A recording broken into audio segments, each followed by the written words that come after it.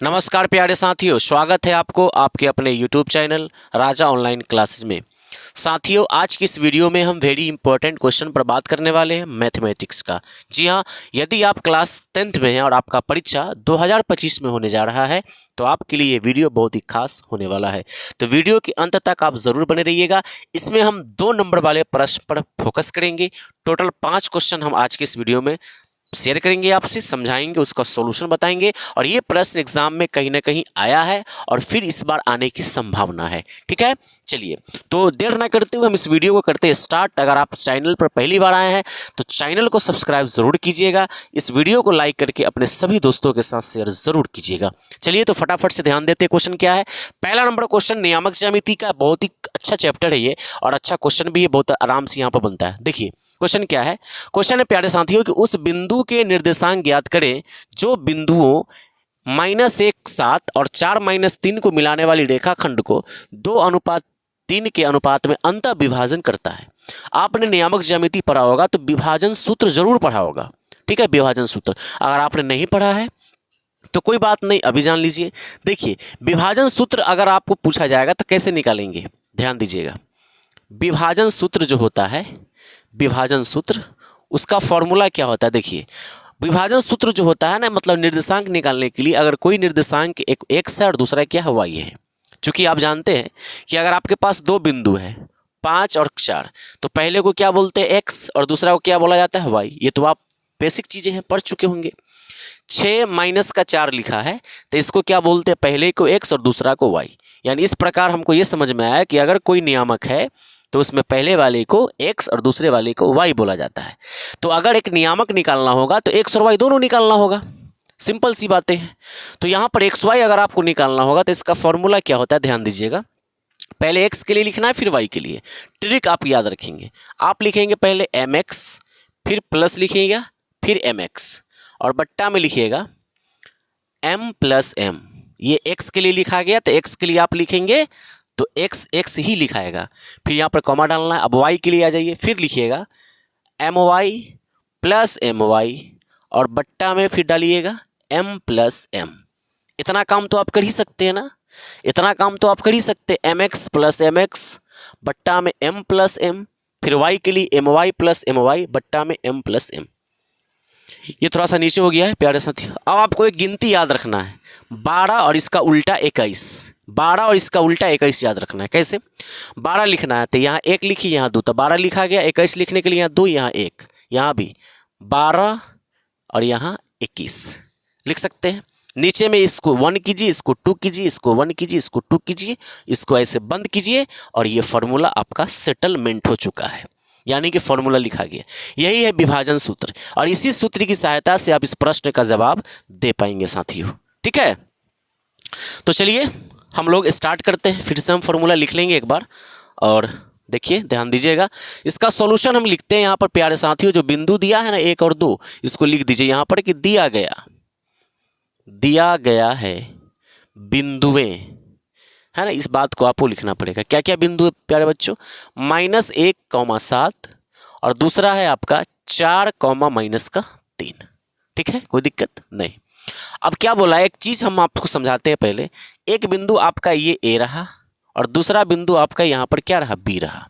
ठीक है, तो A और B ये 2 बिंदुएं हैं, जिसमें से एक आपका दिया है -1, 7, ठीक है, और दूसरा दिया है 4, -3।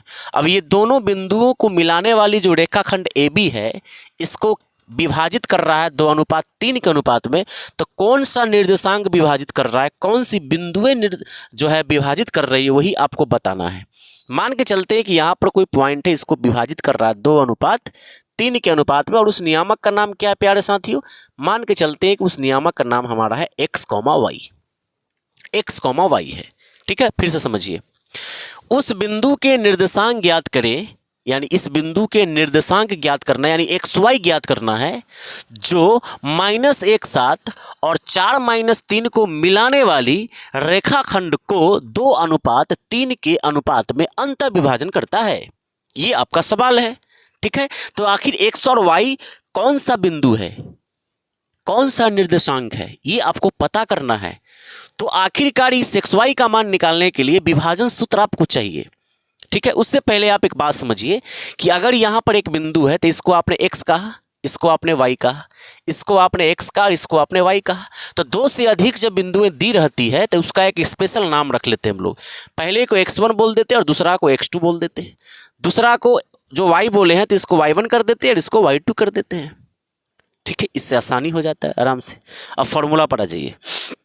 आप लिखेंगे इसलिए विभाजन सूत्र से, विभाजन सूत्र से, और अभी आपको मैंने बताया विभाजन सूत्र xy निकालने का, x, y बराबर विभाजन सूत्र पहले x के लिए लिखाएगा फिर y के लिए लिखाएगा। तो x के लिए क्या बताए थे आपको, आप लिखिए mx प्लस mx, ठीक है, और बट्टा में m प्लस m। अब y के लिए आ जाइए, क्या लिखिएगा, my प्लस my और बट्टा में m प्लस m। अब गिनती क्या याद रखना प्यारे साथियों, 12 21 का। तो 1 पर 2 12, 2 पर 1 21, 1 पर 2 12, 2 पर 1 21 और नीचे 1 2 1 2। फॉर्मूला इज कंप्लीट हो गया। अब आराम से वैल्यू पुट कीजिए। आप कहेंगे sir x1 y1 x2 y2 तो समझ में आया, y2 y1 x1 x2 सब कुछ समझ में आया, सर m1 m2 समझ नहीं आया। m1 m2 क्या है, तो वही है m1 और m2 जो इसको रेशियो में बांट रहा है। यानी इस दो को आप बोलिए m1, भैया ये हो गया इसका m2। जैसे इसका ये एक पहचान है, एक सिंबल है, ऐसा समझिए आप। अब फॉर्मूला पर पुट कीजिए, आपका उत्तर तैयार हो जाएगा। कैसे, देखिए m1 गुना x2, ये रहा आपका m1, m1 गुना x2 तो m1 2 है और x2 क्या है आपका 4 है, तो 2 गुना 4 हो गया।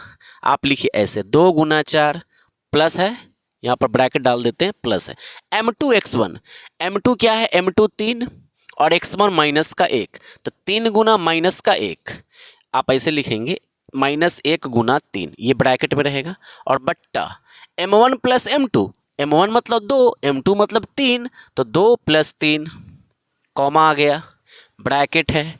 इधर आ जाइए m1 y2, m1 आपका क्या है 2 और y2 क्या है 2, सॉरी -3, तो 3 गुना मतलब 2 गुना -3, 2 गुना माइनस का 3, ठीक है, और प्लस m2 y1, m2 क्या है 3 और y1 है 7, तो 3 गुना 7, 3 गुना 7। किसी तरह का कोई परेशानी हुआ तो बताइए। m1 प्लस m2 मतलब 2 प्लस का 3, ब्रैकेट बंद। ठीक है, चलिए आगे। 2 का 4 से गुना करेंगे तो 8 हो जाएगा और यह माइनस और प्लस माइनस होता है तो प्लस माइनस माइनस हो जाएगा यहाँ पर, और 3 का गुना 1 से 3 और बट्टा 3 और 2 नीचे 5। इधर आ जाइए, माइनस का 6 हो जाएगा, 3 दूना 6 प्लस 7 3 21 और बट्टा में 3 2 5। कोई दिक्कत नहीं। 8 में से 3 घटाइए 5 और नीचे भी है 5 कॉमा -6 प्लस 21 कितना होगा, 21 में से आप 6 घटाएंगे तो कितना होगा, 15 6 21 होता है, तो 15 बटा 5 हो गया। अब आराम से इसको कट लगाइए, 5 एकम 5 और 5 तिया यहाँ पर 15। ठीक है ना प्यारे साथियों, आगे देखिए। उस प्रकार आप देखेंगे तो यहाँ पर 1 आ गया और यहाँ पर क्या आ गया 3 आ गया, तो 1,3 आपका उत्तर है। यही आपका x, y बिंदु है जो इस रेखाखंड को 2:3 के अनुपात में विभाजित करता है। ठीक है, बहुत बढ़िया जी, ये आप छाप लीजिएगा। ठीक है, ऐसे ही आपको फिगर बनाकर सॉल्यूशन करना है। चलिए नेक्स्ट प्रश्न की ओर बात करते हैं। चलिए अब हम लोग नेक्स्ट क्वेश्चन की बात कर लेते हैं और देखते हैं कितना प्यारा प्रश्न है ये। देखिए ये जो क्वेश्चन मैंने आपको लिखा है, क्वेश्चन पर जरा गौर कीजिएगा। दूसरा नंबर क्वेश्चन है ये कि किसी बेलन के वक्र पृष्ठ का क्षेत्रफल 1760 सेंटीमीटर स्क्वायर है एवं इसके आधार की त्रिज्या 14 सेंटीमीटर है, तो बेलन की ऊंचाई क्या होगी। देखिए ये बहुत ही आसान क्वेश्चन है। अगर आप एग्जाम देखिए, अभी का जो एग्जाम पेपर होता है उसमें बच्चा अच्छा लिख सकता है, क्योंकि एक प्रश्न ही नहीं है केवल कि उसी को आपको हल करना है, बल्कि जैसे 2 नंबर वाला क्वेश्चन है 30 को देगा और 15 को बनाना है, यानी हर प्रश्न के लिए डबल क्वेश्चन दिया गया है। 100 ऑब्जेक्टिव देगा जिसमें से 50 को बनाना है। तो अभी के दौर में एग्जाम पास करना बड़ा आसान होता है, फिर भी बच्चा पढ़ भी नहीं करेगा तो पास कैसे कर लेगा। ये तो सबसे बड़ी समस्या है हमारे यहाँ। मतलब आज के समय में इस सीजन में पास नहीं करेगा तो कौन सा सीजन होगा उसके लिए स्पेशली, फिर कभी पास नहीं कर सकता है।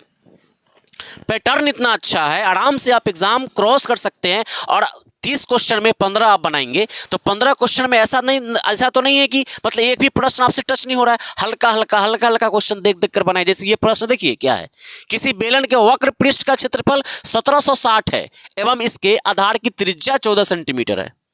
आधार की त्रिज्या बोले तो ये अगर बेलन है तो ये इसका आधार है, तो आधार कैसा होता है, वृत्ताकार, तो इसकी त्रिज्या होगी ना भाई, वो कितना दिया है 14 सेंटीमीटर। तो बेलन की हाइट पता करना है।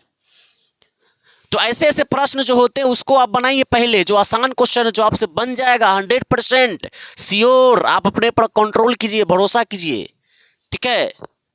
हाँ, सॉल्यूशन ध्यान दीजिए। किसी बेलन का वक्र पृष्ठ क्षेत्रफल दिया, लिखेंगे यहां पर कि चूंकि दिया गया है, ये भाषा लिखना पड़ेगा कि बेलन का वक्र पृष्ठ क्षेत्रफल कितना दिया है 1760 सेंटीमीटर स्क्वायर, ये आपको दिया है। साथ ही साथ क्या दिया है, त्रिज्या, तथा करके आप लिखिएगा कि त्रिज्या भी आपको भैया पता है 14 सेंटीमीटर। और आप जानते हैं कि बेलन का वक्र पृष्ठ का फॉर्मूला क्या होता है, बेलन का वक्र पृष्ठ क्षेत्रफल बराबर जो सूत्र होता है वह होता है आपका 2πr/h, यह फॉर्मूला होता है, याद रखना पड़ेगा। अब आप कहेंगे कि सर आप बेलन का वक्र पृष्ठ क्यों लगा रहे हैं, क्योंकि ये दिया है ना, वक्र पृष्ठ दिया है 1760, तो 2π का मान रखेंगे, 2 इसके अंदर है ही, त्रिज्या पता है, ऊंचाई निकल जाएगा, 1760 वक्र पृष्ठ के जगह पर रखेंगे, आराम से कैलकुलेशन होगा। तो ऐसे प्रश्न 2 नंबर में लूट लो भाई, लूट लो। आप कब लूटोगे, लूट लो, ठीक है। अब फिर दोबारा मौका ऐसा नहीं मिलेगा लूटने के लिए। यहां पर हो जाएगा 1760 वक्र पृष्ठ का जगह पर, और 2 अपने जगह पर, पाई का मान रखिए 22/7 गुने त्रिज्या 14 दे दिया है, और ऊंचाई आपसे पूछ लिया है। करना कुछ नहीं है, इस 7 से इस 14 को उड़ा दीजिए 2 बार में। इधर क्या बच गया भैया मेरे 1760 बराबर 22 दूना 44। एक काम कीजिए, 2 दूना 4 लिखिए, या ऐसे लिखिए 2 गुना 22 गुना 2 और गुना में h, ये गुना में सब है, इसको भाग में ले आइए, कैलकुलेशन आसान हो जाएगा, ठीक है। दिमाग लगाकर काम करना ज़्यादा जरूरी होता है। 1760 बट्टा में 2 गुना 22 गुना 2, और इधर क्या बच गया h। अब काट छांट कीजिए, इसको आराम से काटिए, आराम से काटते रहिए, कोई तरह का दिक्कत नहीं होना चाहिए। इसको काटिए, आराम से कटेगा। ये 2 से पहले इसको काटिए 1760 को, कितना बार में ये उड़ जाएगा, 2 8 16, फिर 2 8 16, ठीक है, और 0 का 0, यानी 880 बार में ये उड़ गया, 880 बार में ये उड़ गया। क्योंकि भैया 88 गुने 2 कितना होता है, 8 दूना 16, 8 दूना 16, 117, 176 होता है, तो 0 डाल दीजिए, 1760 भी हो जाएगा, है कि नहीं है। अब फिर एगो 2 बचा हुआ आपका, फिर इस 2 से इसको उड़ा दीजिए, तो कितना बार में उड़ जाएगा, 8 उड़ेगा 4 बार में, फिर 4 बार में, फिर 0। अब ये 22 बचा, तब 22 दूना 44 नहीं पढ़े हैं आप, 22 दूना 44 और 0, यानी कि इस तरफ क्या बचा आपका 20, और इस तरफ क्या बचा h। आप क्या देख रहे हैं भैया जी, आप देख रहे हैं कि h का मान 20 सेंटीमीटर मेरा को आ चुका है। ये ऊंचाई है, यही पूछा है ऊंचाई। लास्ट में आप एक लाइन लिखेंगे कि अतः बेलन की ऊंचाई 20 सेंटीमीटर है। अब कब सर, बड़ी अफसोस होती है। इतना आसान प्रश्न अगर आप नहीं कर पा रहे हैं तो मैट्रिक के बाद आप क्या कर सकते हैं, जैसे तैसे मैट्रिक को पास करना ऐसा थोड़ी है कि सिर्फ यूं ही पास हो जाएंगे भाई, ठीक है। एक बार के लिए हम मानते हैं कि आप पास हो गए, उसके बाद आप क्या कर सकते हैं, इंटर आपका इंतज़ार कर रहा है, मैट्रिक का रिजल्ट अच्छा होना चाहिए जी, तब अच्छा कॉलेज मिलेगा। चलिए समय कम है, अगला प्रश्न की ओर बात करते हैं। चलिए अब हम लोग तीसरा नंबर क्वेश्चन की बात करते हैं। ये भी बहुत ही आसान प्रश्न है, बहुपद चैप्टर का है। देखिए बहुत ही प्यारा क्वेश्चन, और ऐसे सवाल अधिकतर परीक्षा में ज़्यादा पूछा जाता है, और ऑब्जेक्टिव में भी ऐसा सवाल पूछा जाता है, ठीक है ना। तीसरा नंबर, यदि किसी द्विघात बहुपद 5x² माइनस का 7x प्लस 1 के शून्य अल्फा तथा बीटा हो तो 1/अल्फा और 1/बीटा का मान क्या होगा, ठीक है। सॉल्यूशन देखिए, ये भी आसान क्वेश्चन है। लिखेंगे चूंकि दिया गया द्विघात बहुपद ये दिया गया, इसको लिखिए 5x² माइनस 7x प्लस का 1, ठीक है। अब आपको पता होना चाहिए कि द्विघात बहुपद में आप जानते होंगे इसका व्यापक रूप A X square plus B X plus C होता है प्यारे साथियों। एक्स स्क्वायर के बगल में ए, एक्स के बगल में बी और सी अचर पद होता है। यहाँ देखिए एक्स स्क्वायर के बगल में 5 है तो ए बराबर कितना हो गया 5, ठीक।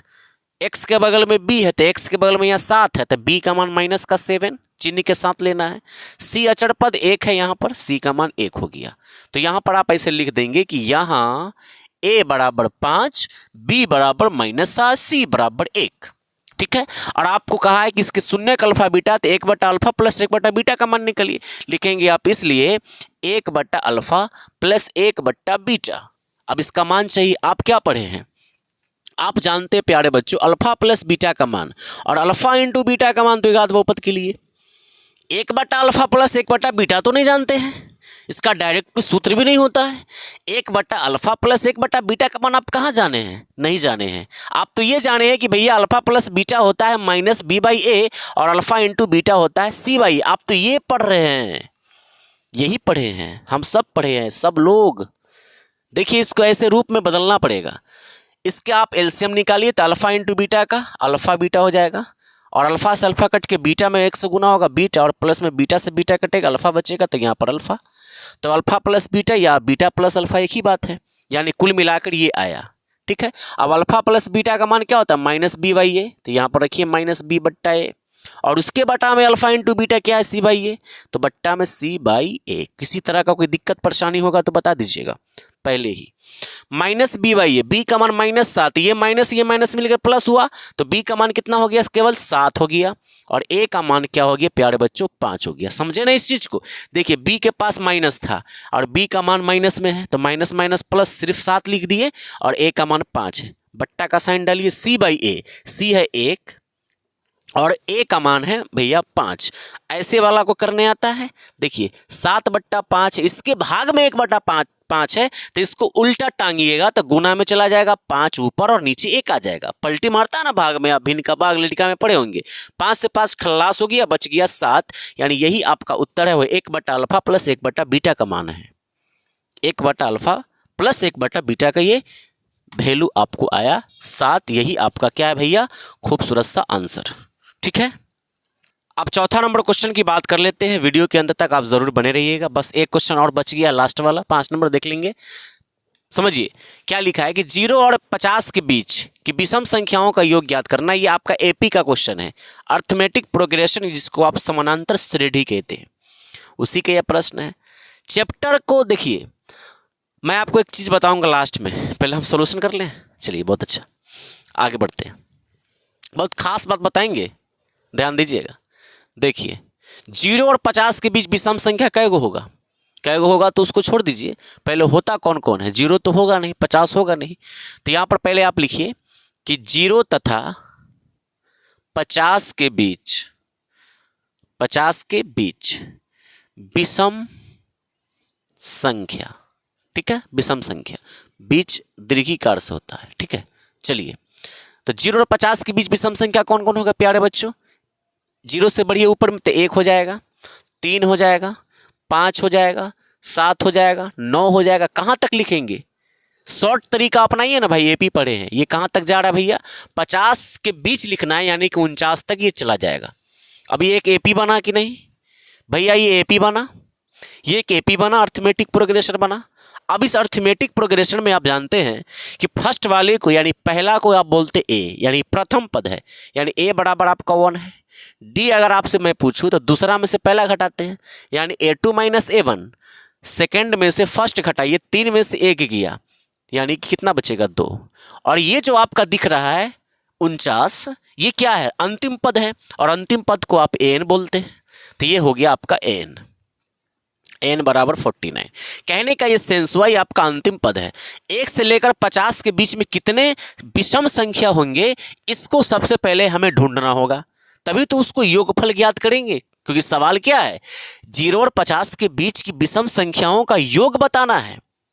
तो 0 और 50 के बीच में कितनी विषम संख्या होगी वो पहले पता होगा, तभी तो उसको हम ऐड करेंगे, तभी तो उसको हम जोड़ पाएंगे कि कितने हैं। तो उसके लिए आप जानते हैं n निकालने का सूत्र। n कैसे निकाला जाता है भैया, n बराबर क्या होगा वाट, n का फॉर्मूला आप जानते हैं, an बराबर लिखेंगे, इसलिए an बराबर a plus n minus 1 into का d। ये फॉर्मूला आप पढ़े होंगे बहुत बढ़िया से। an आपको चाहिए, n बराबर a का मान भैया जी 1 है, रख दीजिए। n आपको चाहिए भैया 1 अपने जगह पर, d कितना है भैया, सार्वंतर 2 है। तो n इज इक्वल टू 1 और प्लस 2 गुना n कितना होता है 2n, 2 गुना n 2n होगा और माइनस का कितना हो जाएगा 2 हो जाएगा। अच्छा an का मान आपको दिया है 49, आप डालते जाइए, क्यों छोड़ेंगे भाई इसको, तभी तो n का मान निकलेगा 40 का 9, ठीक है 49, कोई प्रॉब्लम नहीं। 49 अपने स्थान ग्रहण किए हुआ है, बराबर में 2 में से 1 घटा दीजिए, माइनस का 2 1 घट के आ गया, माइनस का 1 और प्लस का इस तरफ क्या बचा 2n, ठीक है। 49 अपने स्थान पर है, 1 इस तरफ आएगा प्लस में आ गया, इधर क्या बचा 2n। 49 में आप 1 जोड़ेंगे 50 हो जाएगा, इस तरफ क्या बचेगा 2n। अगर 2 से आप 50 काटेंगे तो 25 बार में, यानी n का मान कितना आ गया प्यारे साथियों 25। n का मान कितना आ गया 25। अब अगर n का मान पता चल गया कि 0 और 50 के बीच में 25 विषम संख्या है, अगर आपको पता चल गया तो आप इसका योग निकालिएगा, क्योंकि आपने ये समानांतर श्रेणी में पढ़ा होगा पदों का योग कैसे किया जाता है। मतलब सूत्र होता है इसका, क्या होता है सूत्र, SN बराबर, SN जो होता है पदों की संख्या जोड़ने का सूत्र होता है। कैसे, तो इसका formula n/2 into 2a plus n minus 1 into का d, ये फॉर्मूला होता है लंबा चौड़ा, ठीक है। इसमें आप a का मान रखेंगे, n रखेंगे जो निकाले हैं, d रखेंगे, तो कैलकुलेशन थोड़ा बड़ा होगा। एक फॉर्मूला आप और पढ़े होंगे, शायद आपको याद होगा, SN बराबर n/2 into a plus n, ये भी एक फॉर्मूला आप पढ़े होंगे, है कि नहीं। 2 फॉर्मूला, SN का ये फॉर्मूला, SN का ये फॉर्मूला, इसको ऐसे भी लिखा जाता है प्यारे साथियों, आप ऐसे भी हो सकता है पढ़े हो, a plus l for last term, n अंतिम पद, समझ रहे हैं, अंतिम पद। तो अगर आपके पास ये फॉर्मूला मिल जाए तो इससे कम कैलकुलेशन होगा, हालांकि इससे भी आंसर आएगा, क्योंकि आपके पास सब कुछ है, ए भी है, एन भी है, डी भी है। यहां पर ए है आपके पास और एन भी तो है आपका 49, तो डायरेक्ट क्यों नहीं आप छोटा मोटा फॉर्मूला लगाकर कैलकुलेशन करें, कि आप लॉन्ग टर्म में जा रहे हैं। फिलहाल दिमाग ऐसे भी शांत नहीं है और ज़्यादा उलझन पड़ जाएगा, ठीक है। तो थोड़ा सा कैलकुलेशन को आसान बनाइए तो और मजा आएगा, ठीक है। चलिए SN बराबर, n का मान आपको पता है भैया जी 25 निकल के आया है ना 25, देखिए बट्टा में 2 है और इंटू है 2 गुना a का मान 1 है, ये दहा, और इंटू n का मान 25 माइनस का 1 इंटू d का मान 2, ठीक है बढ़िया जी। SN बराबर 25 बट्टा में 2, ठीक है, इस तरफ आ जाइए, 2 गुना 1 करिएगा 2 होगा, 25 में से 1 घटा दीजिए, ठीक है, यहाँ पर प्लस छूट गया, ठीक है, प्लस 25 में से 1 गया, 25 में से 1 गया तो 24, और 24 गुना 2 कितना होता है 48, यानी 48 हो जाएगा, 24 दूना 48 होता है। SN बराबर 25/2 और यहाँ पर इसको हटाते हैं तो मल्टीप्लाई, 48 2 कितना होगा 50, 2 से 50 25 बार में विदा हो गया, तो SN बराबर हो गया 25 गुने 25 625, और यही आपका 0 और 50 के बीच उपस्थित विषम संख्याओं का योग है, ठीक है, ये डायरेक्ट निकल गया। अब आप लिखने जाइएगा 1 3 5 7 9 11 13 15 17 19 सब लिख कर जुड़िएगा। फिर पढ़े क्यों हैं आप समांतर श्रेणी, जो समांतर श्रेणी को पढ़े और फिर इसको लिखकर जोड़े, हजम नहीं होता सर, हजम नहीं होता। चलिए अगला क्वेश्चन, लास्ट प्रश्न जरूर देखिएगा।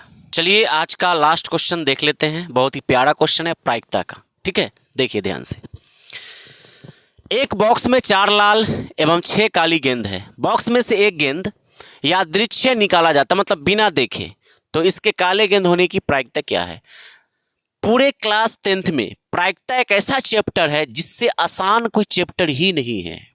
आपने बहुत सारा चैप्टर पढ़ा होगा, लेकिन प्रायिकता इतना आसान कोई चैप्टर ही नहीं है, इसको समझना बड़ा आसान है ना प्रायिकता का। और सवाल बड़ा देखने में लगेगा, लेकिन कैलकुलेशन पता है कितना आसान होता है। 2 लाइन में कैलकुलेशन, कभी कभी तो 1 लाइन में मार देते हैं। देखिए ना, एक बॉक्स है जिसमें 4 लाल गेंद है एवं 6 काली गेंद है, ये क्वेश्चन है। देखिए ये बॉक्स है, इसमें 4 तो हो गया भैया लाल गेंद और 6 आपका हो गया काला गेंद। ठीक है, अब इसमें से आंख बंद करके यादृच्छिक मतलब बिना देखे एक गेंद निकाले। अब मुझे पता नहीं कि लाल निकला काला निकला, लाल निकला काला निकला, लाल निकला काला निकला। तो जो गेंद निकला प्रश्न के अनुसार वो काला है, उसकी प्रायिकता क्या, उसकी पॉसिबिलिटी क्या है, क्या है उसकी पॉसिबिलिटी, उसकी संभावना क्या है, समझ रहे हैं? देखिए ध्यान दीजिएगा, देखिए ध्यान से। सबसे पहले अगर किसी गेंद की चर्चा हो रही है, दुनिया का कोई भी क्वेश्चन आप कर सकते हैं गेंद वाला, जितना गेंद बक्सा में है, पेटी में है, झोला में है, बोरा में है, जितना गेंद है, चाहे बोरा में दे, चाहे बॉक्स में दे, चाहे पेटी में दे, चाहे ट्रंक में दे, चाहे टोकरी में दे, चाहे डिब्बा में दे, सब गेंद को जोड़ लीजिए आप।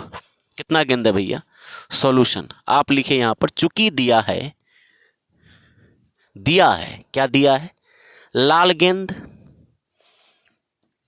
कितना है? 4। काली गेंद कितना है भैया जी? 6। इसलिए टोटल गेंद यानी कुल गेंद कितना हो गया? 6 और 4 कितना गेंद? 10 गेंद। और आपको पता है कि प्रायिकता निकालने का एक ही फॉर्मूला है, आने की संभावना और बट्टा में कुल संभावना, यही एक फॉर्मूला होता है। आप लिखेंगे इसलिए प्रोबेबिलिटी यानी प्रायिकता बराबर आने की संभावना बट्टा कुल संभावना, यही तो है। कुल हमेशा नीचे, कुल कितना गेंद है? तो भैया कुल 10 गेंद है, तो कुल हमेशा नीचे, और आने की संभावना आया क्या है? काला गेंद, और काला गेंद टोटल इसमें कितना है? 6, तो 6 गया ऊपर। काटिए इसको, 2 तिहाई 6, 2 पचे 10, आंसर आया 3/5। आंसर आया 3/5। अगर इस प्रश्न में ऐसे बोला जाता, ये प्रश्न ऐसे होता कि एक बॉक्स में 4 लाल गेंद एवं 6 काली गेंद तथा जो है दो हरा गेंद है, तो हरा गेंद होने की प्रायिकता क्या होगा? तो सारे गेंद को आप जोड़ लीजिए, 4 और 6 10, और 10 और 2 कितना? 12। तो जो टोटल हुआ ना उसको हमेशा 12 को नीचे रखना है, टोटल को नीचे। और पूछा क्या हरा गेंद होने की प्रायिकता, था हरा गया ऊपर और कट गया, और उत्तर आया 1/6। 1/6, 2 6 12, 1/6 हो गया। तो ये आपका आंसर हो गया। डिटेल में जानना चाहते हैं तो प्रायिकता का आप चैप्टर पढ़ सकते हैं, यूट्यूब पर वीडियो अपलोड है वहां पर अच्छे से देखिए। मैं आपको लास्ट में क्या बताने वाला था प्यारे बच्चों, अगर आपको ये टोटल प्रश्न कंप्लीट रूप से समझ में आ गया है तो बहुत बहुत धन्यवाद आपका। अगर नहीं समझ में आया तो आप मुझे ज़रूर कमेंट करेंगे कि सर मुझे ये प्रॉब्लम फंस गया, हम इस क्वेश्चन को नहीं समझ पाए, मैं आपको दूसरी वीडियो बनाकर आप तक पहुँचा दूंगा। लास्ट में क्या करना है देखिए प्यारे बच्चों, क्लास 10th का जो एग्ज़ाम देता है ना, पहली बार जो बच्चा, हर कोई तो पहली बार ही देता है, कोई होता है जो एक्स कैंडिडेट होते हैं।